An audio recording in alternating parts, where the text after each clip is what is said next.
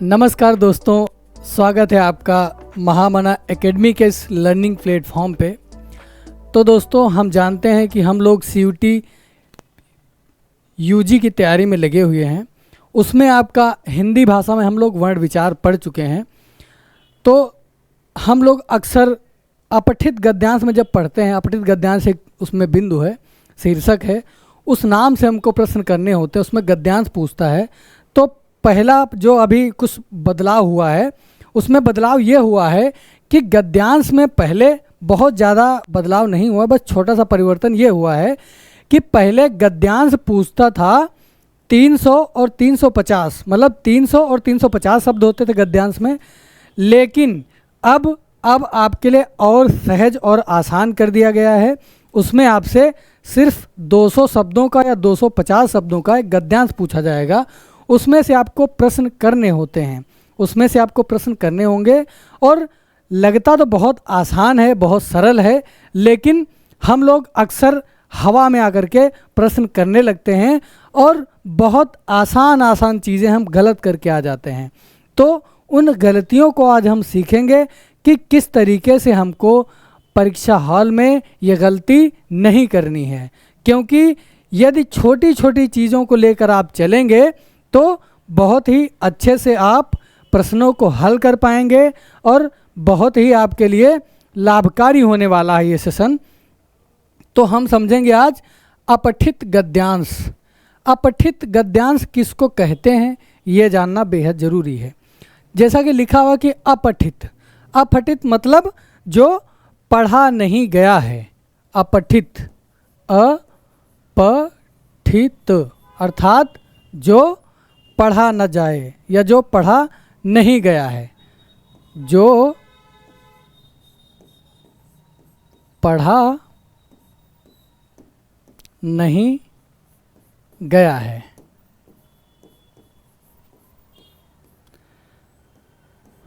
यानी जो अभी तक हमने कहीं नहीं पढ़ा है, अर्थात सीधे सीधे आपको कोई भी मतलब बिल्कुल अपरिचित होंगे उस गद्यांश से। आप कभी भी उसको पढ़े नहीं होंगे। उसका मतलब यही होता है कि जो पढ़ा नहीं गया है वहाँ से आपको प्रश्न दिए जाएंगे उस गद्यांश से।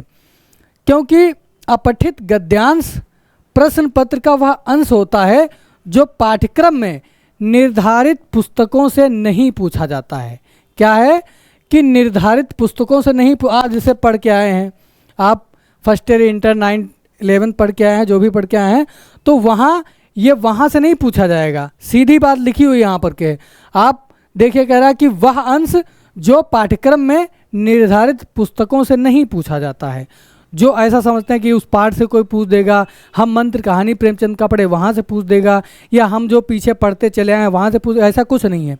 यहाँ पे लिखा गया है सीधी बात कि वह अंश जो पाठ्यक्रम में निर्धारित पुस्तकों से नहीं पूछा जाता है, और यह अंश साहित्यिक पुस्तकों, लेकिन यह जो अंश है गद्यांश, यह साहित्यिक पुस्तकों, पत्रिकाओं या समाचार पत्रों से लिया जाता है। कहाँ से लिया जाता है? समाचार पत्रों या साहित्यिक पुस्तकों से, जो कि आपने पढ़ा नहीं होगा। कहने का मतलब ये है कि आपने उसको कभी पढ़ा नहीं, एक नए ढंग से आपसे प्रश्न उससे किए जाएंगे। ऐसा गद्यांश भले ही निर्धारित पुस्तकों से हटकर लिया जाता है, परंतु उसका स्तर, विषय वस्तु और भाषा शैली पाठ्य पुस्तकों जैसी ही होती है। बिल्कुल घबराना नहीं है इससे कि पुस्तकों से नहीं पूछे तो पूछेगा कहाँ से? पूछेगा आपकी भाषा में पूछेगा। आप जिस भाषा में पढ़ते हैं, आप अंग्रेजी दे रहे हो, अंग्रेजी भाषा सेलेक्ट किए होंगे, चुने होंगे, तो आप इंग्लिश में देंगे। हिंदी चुने हैं तो हिंदी में देंगे। यानी कि जिस भाषा में आपने उसका अध्ययन किया होगा, जो भी अध्ययन किए हैं, जिस भाषा का आपने चुनाव किया है, उसी भाषा में आपसे पूछेगा। ऐसा नहीं कि अलग तरीके से भाषा आपके समक्ष आ जाएगी, आप समझ नहीं पाएंगे। बिल्कुल कह रहा है कि पुस्तकों से हटकर पूछा जाता है, परंतु उसका स्तर, विषय वस्तु और भाषा शैली पाठ्य पुस्तकों जैसी ही होती है। यानी शैली बिल्कुल वही होगी, बस बौद्धिकता के लिए, यानी कि बहुत आसान और सरल तरीके से पूछा जाएगा। बस उसमें थोड़ा सा आपका दिमाग लगाना है, थोड़ी सी आपको बुद्धि का प्रयोग करना है, क्योंकि वो समझता है एग्जामिनर कि आप कितना चतुर हैं, कितना विवेकशील है आपके अंदर, कितना विवेकवान है आप। बहुत ही आसान तरीके से पूछेगा, प्रायः छात्रों को अपठित गद्यांश कठिन लगता है और प्रश्नों का सही उत्तर नहीं दे पाते हैं।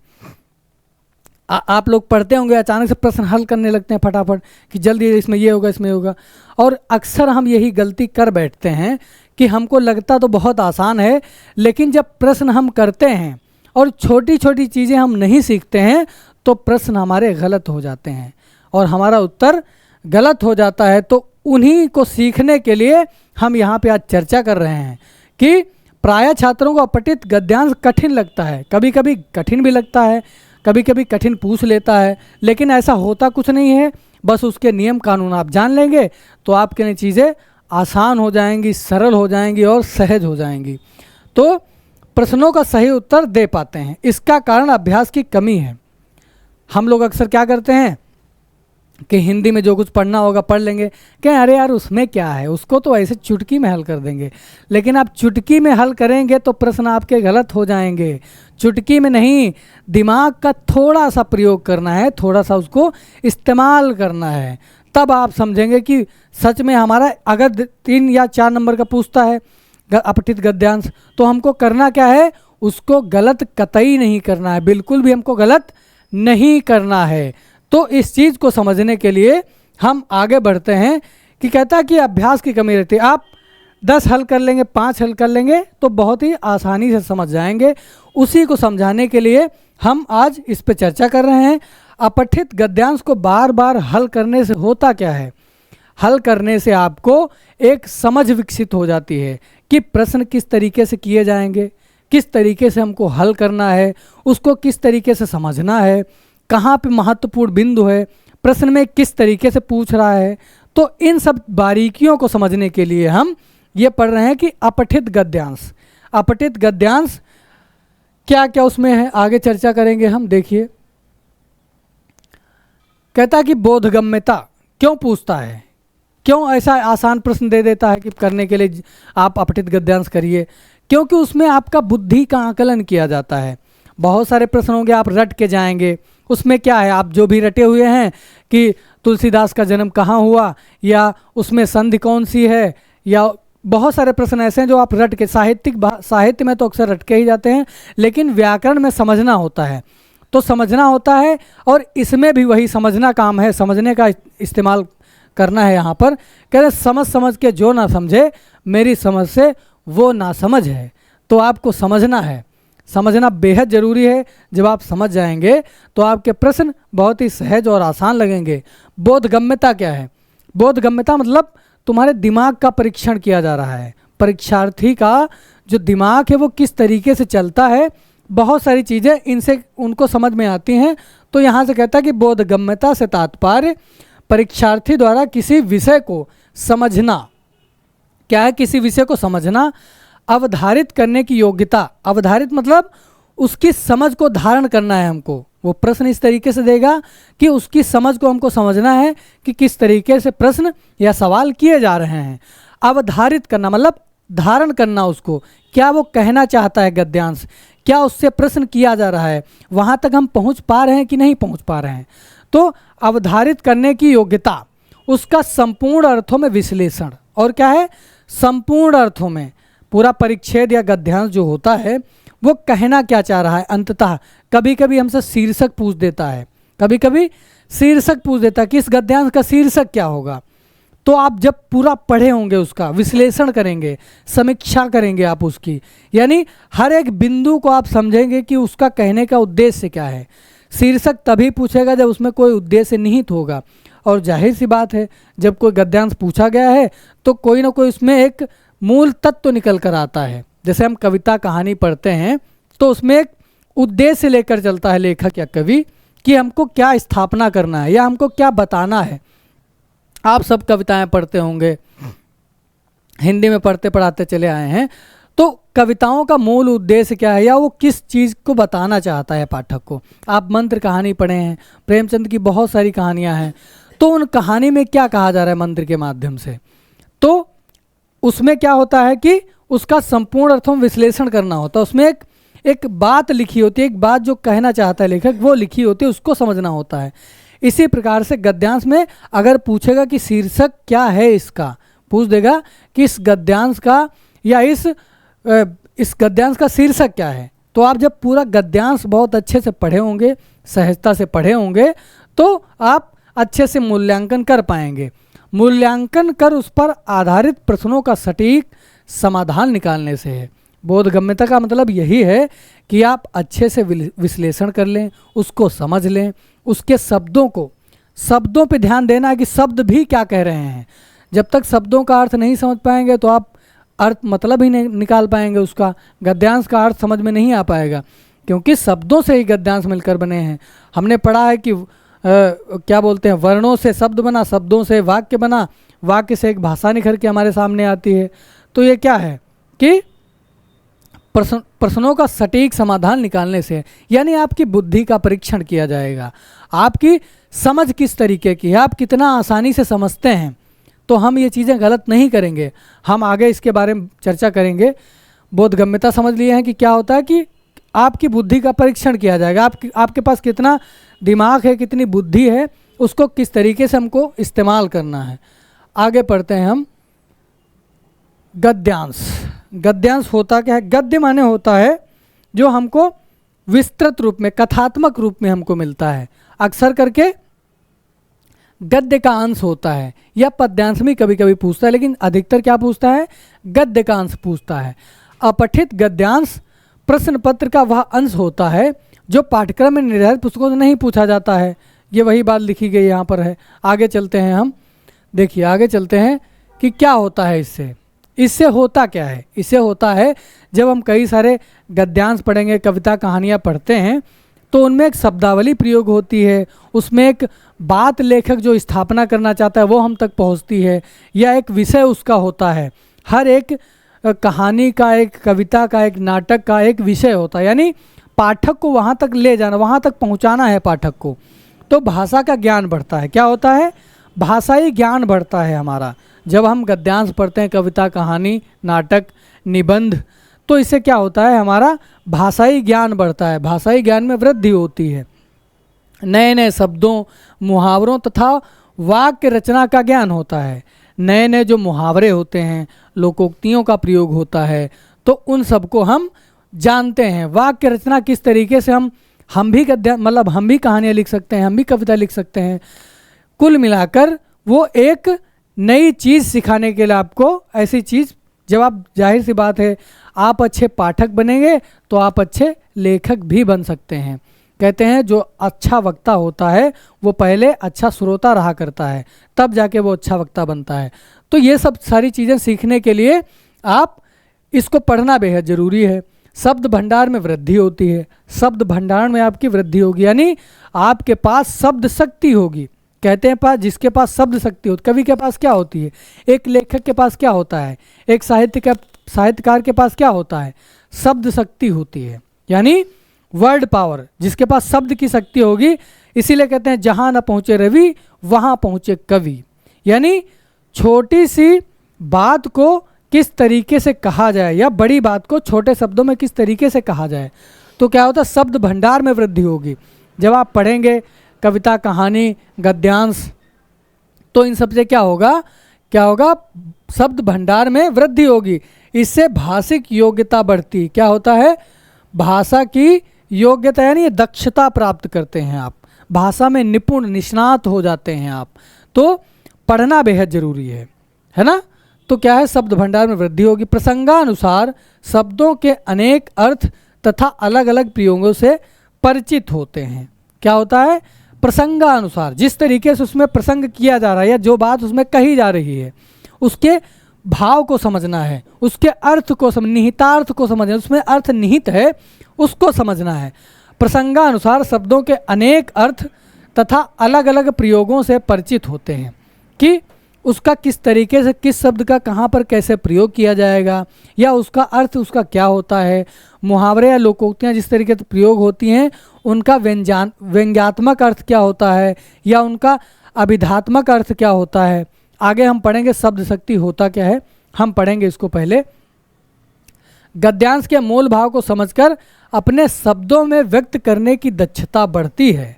यानी गद्यांश के मूल भाव को समझकर आप मुख्य बात उसमें क्या कही गई है, यानी मूल भाव है क्या, उसको समझकर अपने शब्दों में व्यक्त करने की दक्षता बढ़ती है, व्यक्त करने की दक्षता बढ़ती है। यानी कि आप उसमें पारंगत हो जाएंगे तो जाहिर सी बात है कहीं से भी प्रश्न करेगा आप समझ जाएंगे कि ये बात उसमें कही गई है, इसका उत्तर ये है। ठीक है, तो अपने शब्दों में व्यक्त करने की दक्षता बढ़ती है। जैसे कहानी कभी कभी पूछते हैं तो कहते हैं उसका आप सारांश बताइए, या कोई बात आपको समझानी है आपके पास समय नहीं है तो कहते हैं यार इन शॉर्ट समझिए, यानी संक्षेप में समझिए। तो जब कोई चीज़ आप समझे हुए होंगे तभी आप संक्षेप में कह सकते हैं। कोई बात यदि आपको पता है, बहुत विस्तृत कहानी कोई है तो कहते हैं हमको ऐसे सारांश बताइए उसका अंश। तो अंश आप तभी बता पाएंगे जब आप उसको अच्छे से पढ़े हुए होंगे, जब उसको आप समझे हुए होंगे, है ना। तो इस तरीके से हमको समझना है कि इससे हमारे अभिव्यक्ति कौशल में वृद्धि होती है। इससे होता क्या है, जब आप कोई चीज़ समझते हैं तो अभिव्यक्ति कौशल में, यानी आप अभिव्यक्त करना सीखते हैं किसी के सामने। कविता कहानी हम क्यों पढ़ते हैं, मंचों पे जाकर के अक्सर हमारे स्कूल्स में प्रोग्राम्स होते हैं, उत्सव होते हैं, तो उसमें हमको बोलने का मौका दिया जाता है, अभिव्यक्ति का मौका दिया जाता है, अवसर दिया जाता है। तो उसमें अभिव्यक्ति कौशल में वृद्धि होती है, उसमें उत्तरोत्तर वृद्धि होती है। यदि आप सतत प्रक्रिया में लगे हैं, आप काव्य पाठ करते हैं या मंच पे अपना भाषण देते हैं, तो इन सब चीज़ से होता क्या, जब हम निरंतर करते चले आते हैं तो उससे क्या होता है, हमारे कौशल में वृद्धि होती है। हम अच्छी चीज़ें जान जाते हैं, बोलना जान जाते हैं, घबराते नहीं हैं।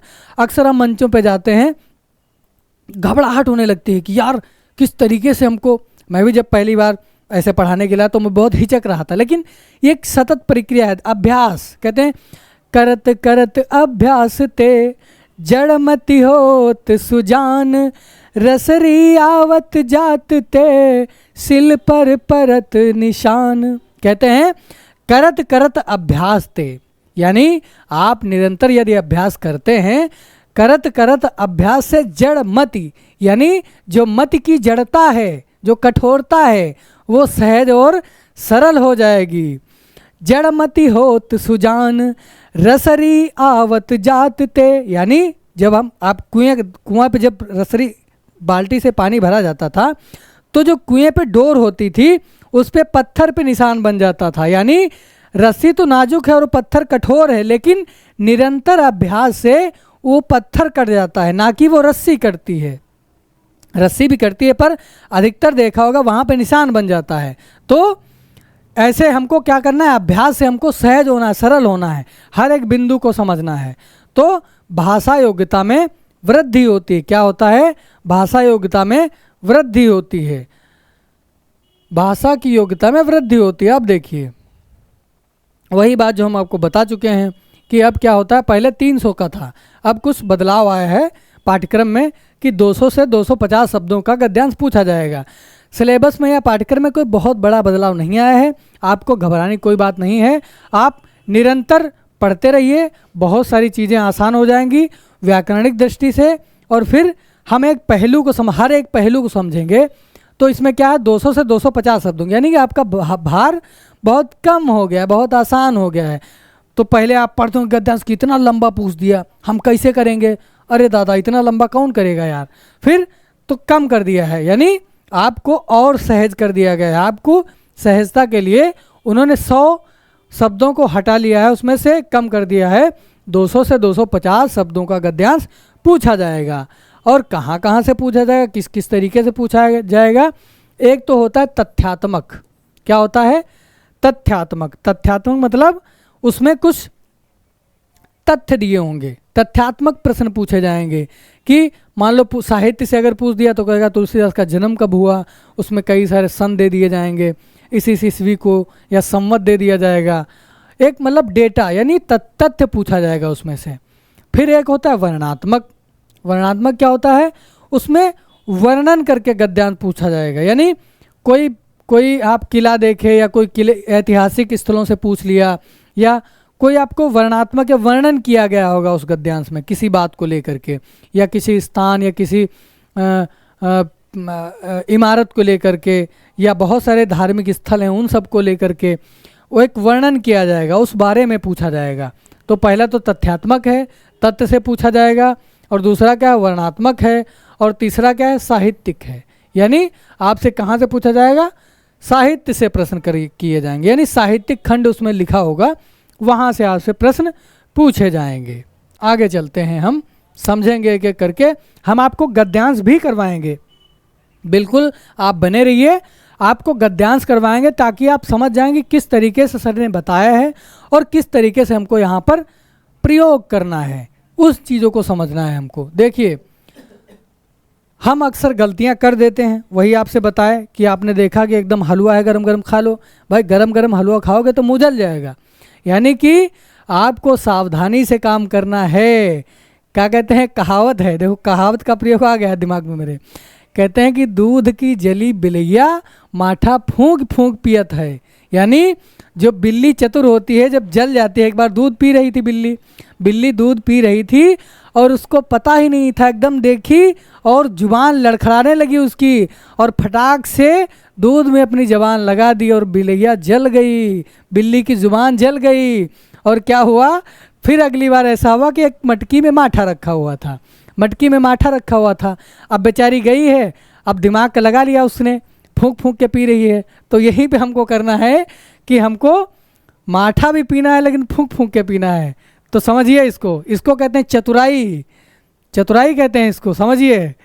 तो पढ़ते वक्त सावधानियां हमको क्या क्या करनी है, हैं देखिए, गद्यांश को सबसे पहले समझिए उसको, ठीक है।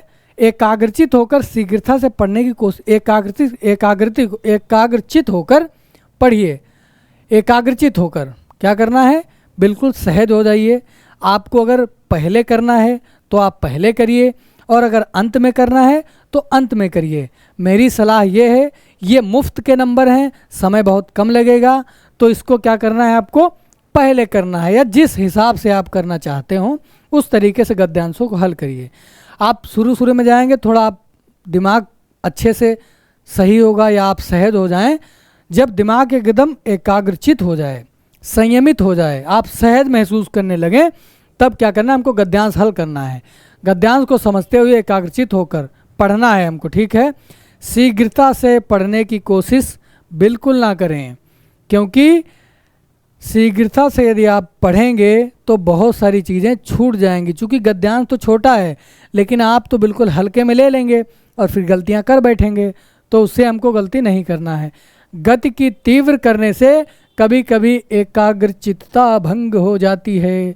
आप क्या करते हैं, अधिकतर या तो शब्द का अर्थ गलत कर देंगे, या तो प्रश्न पूछा उसमें नहीं लिखा है और आप हाँ करके आ गए हैं, यानी भाव उसमें नकारात्मक होगा। प्रश्न में आप तो पढ़ लिए हैं कि बताइए कि संधि विच्छेद कौन इसमें से है, या इसका प्रत्यय क्या है, इसका उपसर्ग क्या है। तो आप तो पढ़ लिए उपसर्ग क्या है, लेकिन उसमें लिखा है नहीं है, नहीं को आप नहीं पढ़ते हैं, तो गलतियां कर बैठते हैं। यहीं पे करना है, एकाग्रचित होकर पढ़ना है हमको, तीव्र गति से नहीं पढ़ना है। फिर क्या है, पढ़ते समय किसी भी प्रकार का दबाव महसूस ना करें। आप हड़बड़ी में, यार समय जा रहा है तो कैसे करेंगे आप, तो यही करें कि सबसे पहले इसको हल करना है।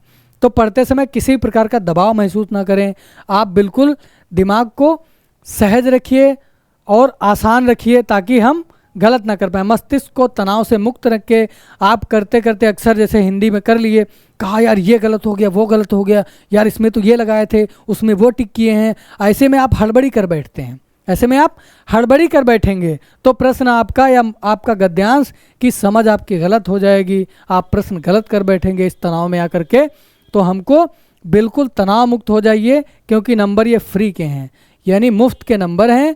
तो मुफ्त की चीज़ मिल रही है तो हाथ मार देना चाहिए। कहते हैं पॉकेट में दाम नहीं, खुश्क बसर करता हूँ, और फ्री की मिल जाए तो बहुत चपक करता हूँ, यानी बहुत दिमाग लगा के काम करता हूँ, है ना। तो पढ़ते समय किसी भी प्रकार का दबाव महसूस ना करें, मस्तिष्क को तनाव से मुक्त रखें, एकदम फ्री होकर के, स्वतंत्र होकर के, स्वच्छंद होकर के, बिल्कुल उन्मुक्त होकर के। हम पंछी उन्मुक्त गगन में उड़ते हैं, तो उस तरीके से हमको बिल्कुल कोई भी दबाव महसूस नहीं करना है।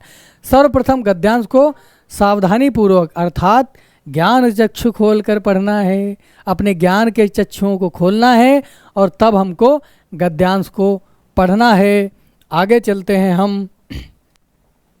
यदि शब्दावली जटिल है तो बिल्कुल भी घबराने की ज़रूरत नहीं है। जाहिर सी बात है, आप अगर अधिक क्या बोलते हैं अपठित होता है ना, तो कभी कभी उसमें शब्दावली हमको समझ में नहीं आती है। तो शब्दावली जटिल हो तो घबराएं बिल्कुल नहीं। सबसे पहले क्या करना है, हमको घबराना नहीं है। तो क्या करना है, जटिल शब्दावली से बिल्कुल नहीं घबराना है कि यार इस शब्द का मतलब क्या होगा। शब्द का मतलब तब समझ में आएगा जब आप पूरा वाक्य पढ़ेंगे।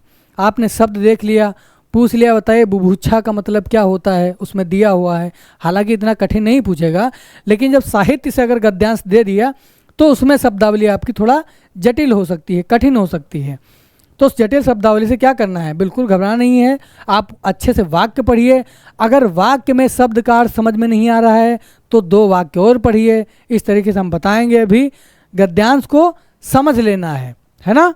नीचे लिखे प्रश्नों को पढ़ लें और पुनः गद्यांश को पढ़ें। शब्दावली समझ में नहीं आ रही है तो क्या करना है कि नीचे गद्यांश को पहले पढ़ें, है ना।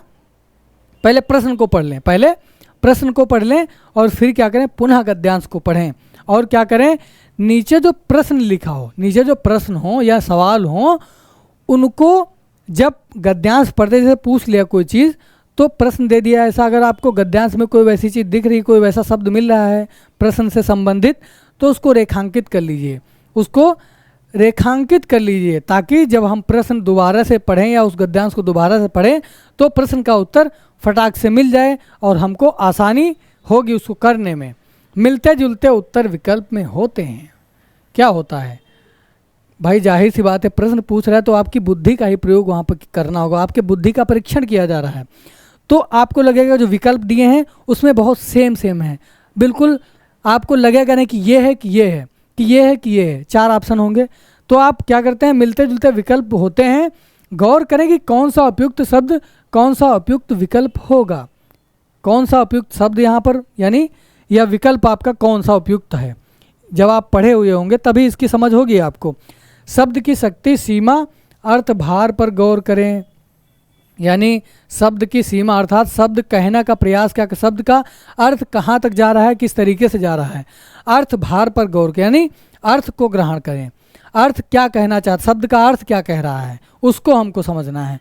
अब चलते हैं आगे। आगे देखिए, हम पढ़ते हैं गद्यांश। गद्य खंड है हमारे बीच, इसको हम पढ़ते हैं।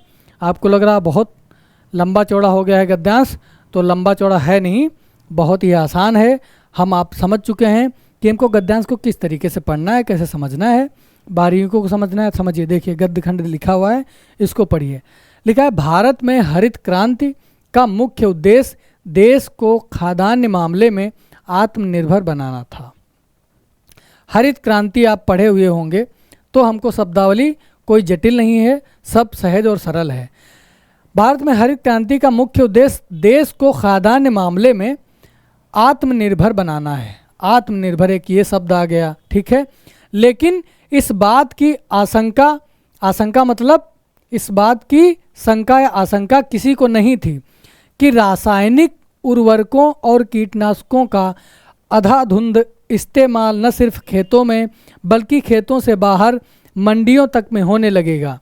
विशेषज्ञों के मुताबिक रासायनिक उर्वरकों और कीटनाशकों का प्रयोग खाद्यान्न की गुणवत्ता के लिए सही नहीं है, लेकिन जिस रफ्तार से देश की आबादी बढ़ रही है उसके मद्देनज़र फसलों को अधिक पैदावार ज़रूरत थी। समस्या सिर्फ रासायनिक खादों का प्रयोग की नहीं है। देश के ज़्यादातर किसान परंपरागत कृषि से दूर होते जा रहे हैं। 2 दशक पहले तक हर किसान के यहाँ गाय, बैल, भैंस खूंटों से बंधे मिलते थे। 2 दशक पहले किसान के यहाँ गाय, बैल, भैंस खूंटों से बंधे मिलते थे। अब इन मवेशियों की जगह ट्रैक्टर ट्राली ने ले ली है। परिणाम स्वरूप गोबर और घूरे की राख से बनी कंपोस्ट खाद खेतों में गिरनी बंद हो गई।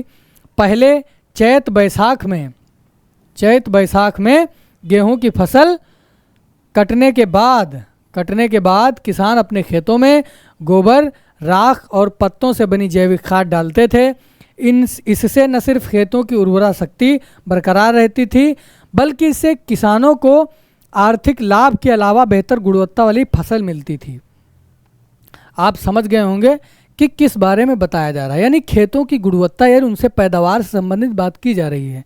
तो यह प्रश्न हमारा पढ़ा हुआ नहीं, मतलब गद्यांश हमारा पढ़ा हुआ नहीं है, एक नए तरीके से आपके सामने आ गया है।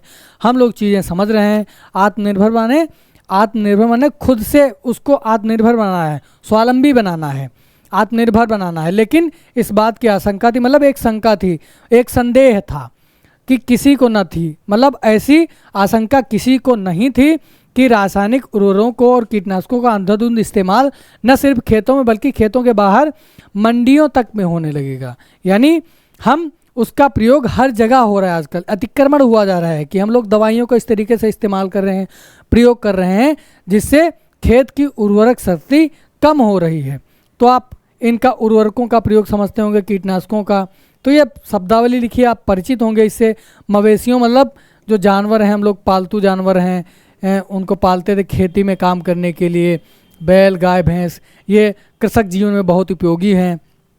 हम लोग सब सामाजिक विज्ञान जब कृषि विज्ञान पढ़ते हैं तो उसमें ये इन सब का हम लोग पढ़ चुके हैं, अध्ययन कर चुके हैं। बस शब्दावली को समझना जरूरी है।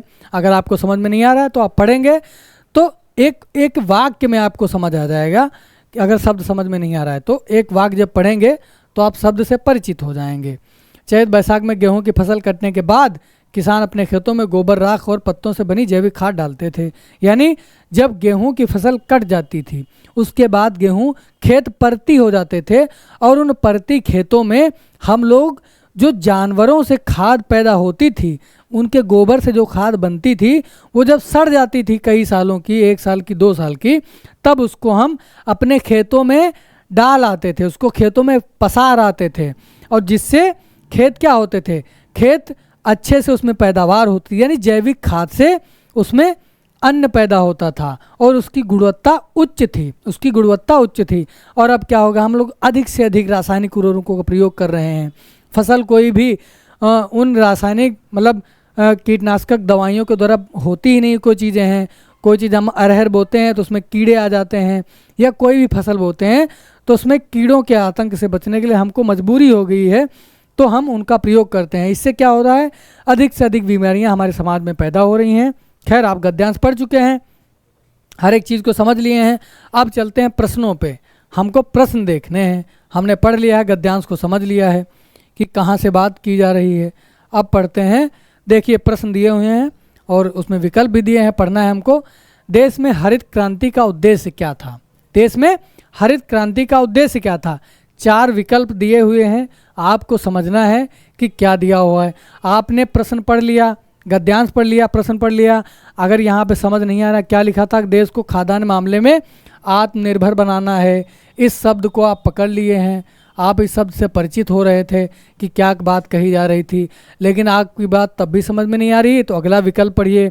देश की उत्पादन क्षमता में वृद्धि करना था, देश की उत्पादन क्षमता में वृद्धि करना था।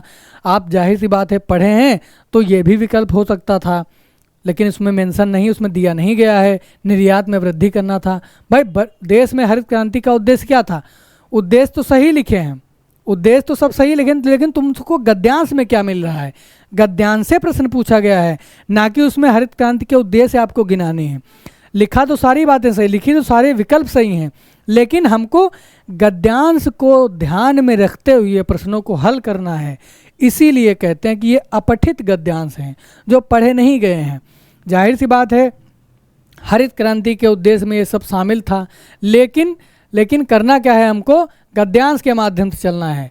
तो क्या है देश में हरित क्रांति का उद्देश्य? फिर क्या निर्यात में वृद्धि करना था, या देश में हरित क्रांति का उद्देश्य मतलब जब चीज़ें पैदा होंगी, उत्पादन अधिक होगा तो विदेशों में उसको निर्यात किया जाएगा, उद्देश्य ये भी शामिल हो सकता था। देश को खाद्यान्न मामले में पर निर्भर बनाना है, पर निर्भर नहीं हमको बनाना है। हमको क्या बनाना था? आप जैसे इसको पढ़ लिए, इसको पढ़ लिए, आप अचानक से दिमाग लगाए नहीं और फटाक से उसको लगा, इसको भी लिखें भ्रम में, इसको भी, और इसको टिक करना था, इसको टिक करके आ गए हैं आप, तो प्रश्न यहीं पर गलत हो जाएगा। आपने इस पर ध्यान नहीं दिया है तो आपका प्रश्न गलत हो जाएगा। यह पहला आपने विकल्प देखा ही नहीं और आपने इसको लगा के यार सेम तो बात लिखी है, बात तो बिल्कुल एकदम से लिखी है। तो इसको पढ़े और आपने टिक कर दिया। और यहाँ पे पढ़ा नहीं आत्मनिर्भर और पर निर्भर में अंतर क्या होता है। आत्मनिर्भर माने स्वयं पर निर्भर होना और पर निर्भर माने दूसरे पर निर्भर होना। तो ये बिल्कुल लग रहा है सेम सेम है, आपने जल्दी से पढ़ा नहीं तो ये लगा के चले आएंगे, यहाँ पे प्रश्न गलत हो जाएगा आपका। तो देश में हरित क्रांति का उद्देश्य क्या था, हम देखते हैं इससे पहले क्या था। देश में हरित क्रांति का उद्देश्य क्या था, आप सबसे पहली ही लाइन में लिखा हुआ है कि भारत में हरित क्रांति का मुख्य उद्देश्य क्या था, खाद्यान्न मामले में आत्मनिर्भर बनना था, आत्मनिर्भर बनाना था हमको। तो आपने प्रश्न पढ़ा हुआ है तो सीधा आपको उत्तर मिल जाएगा। क्या है कि देश को खाद्यान्न मामले में आत्मनिर्भर बनाना है। अगला प्रश्न देखिए, अगला सवाल ये है कि खाद्यान्नों की गुणवत्ता बनाए रखने के लिए किन का प्रयोग सही नहीं था। किन का प्रयोग सही था, यहाँ पे प्रश्न देखो, वही बात कह दी थी हमने, ये बात इसको ध्यान में रखना है आपको।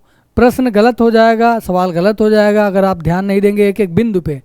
तो खाद्यान्नों की गुणवत्ता बनाए रखने के लिए किन का प्रयोग सही नहीं था, किन चीज़ों का प्रयोग सही नहीं था, परंपरागत उर्वरकों का प्रयोग, रासायनिक उर्वरक और कीटनाशकों का प्रयोग, वैज्ञानिक उपकरणों का प्रयोग, केवल कीटनाशकों का प्रयोग।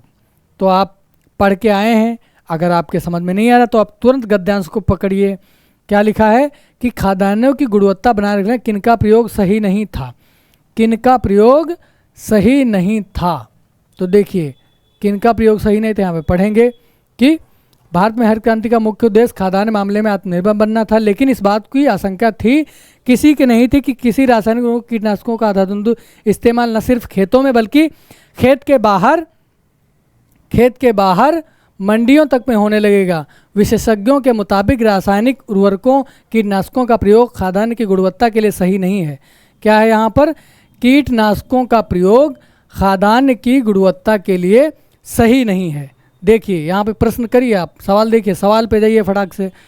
यहाँ पे लिखा है कि रासायनिक उर्वरक और कीटनाशकों का प्रयोग क्या है, ये लिखा हुआ है, ये प्रश्न है, ये उत्तर है आपका। देखिए प्रयोग सही नहीं था, तो ये विकल्प में दिया हुआ था, इसको आराम से हमको टिक करना है, ना कि इसमें केवल कीटनाशकों का है, उसमें दोनों चीज़ें शामिल है, रासायनिक उर्वरक और कीटनाशकों का प्रयोग।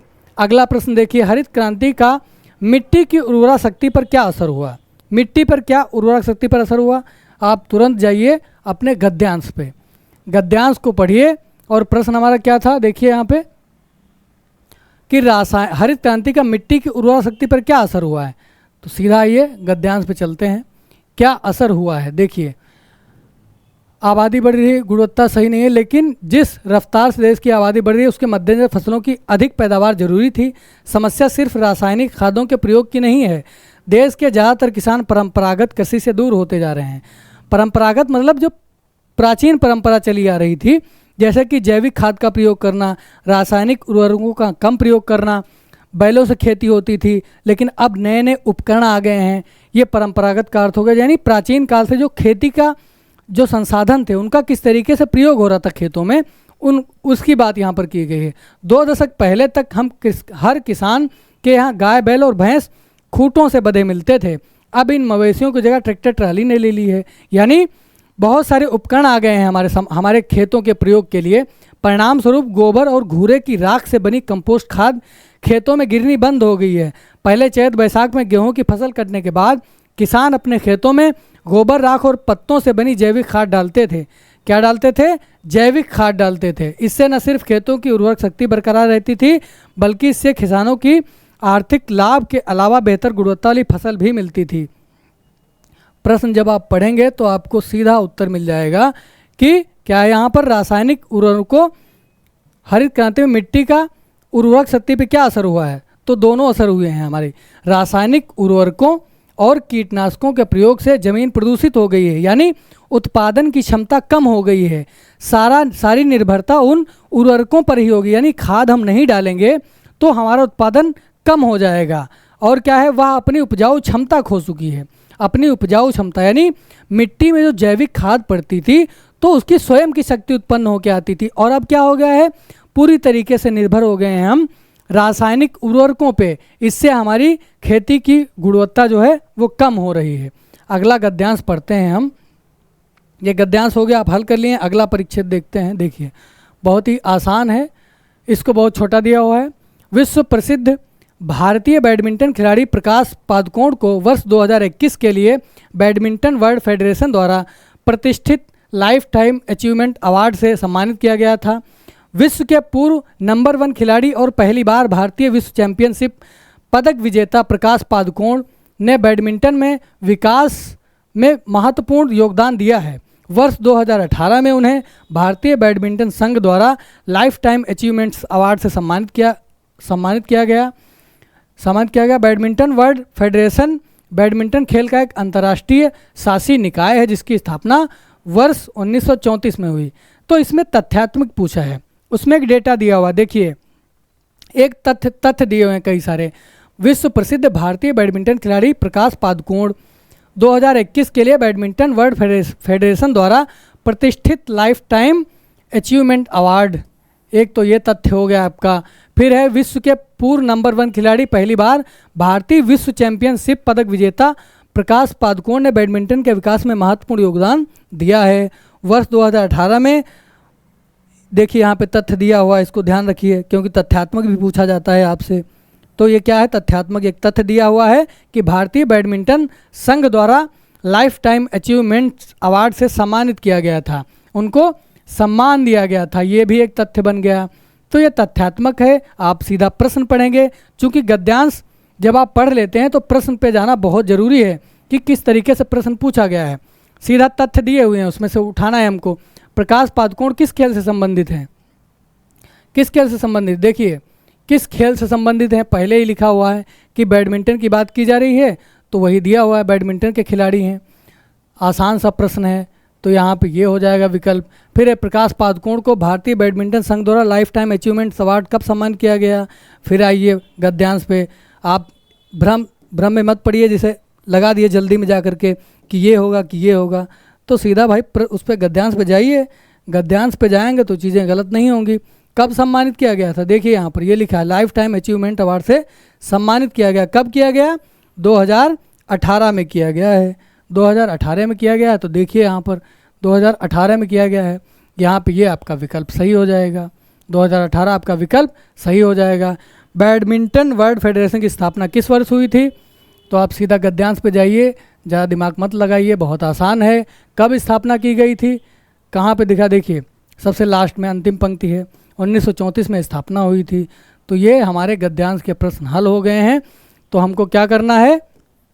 बिल्कुल गलती नहीं करनी है। सबसे पहले तो घबराना नहीं है, देख के गद्यांश के एकदम लड़खड़ा जाएं कि आप प्रश्न करते आ रहे हैं, मान लो बहुत सारे प्रश्न गलत हो गए, आप एकदम भ्रमित हो जाएंगे कि यार ये भी गलत ना हो जाए हमसे।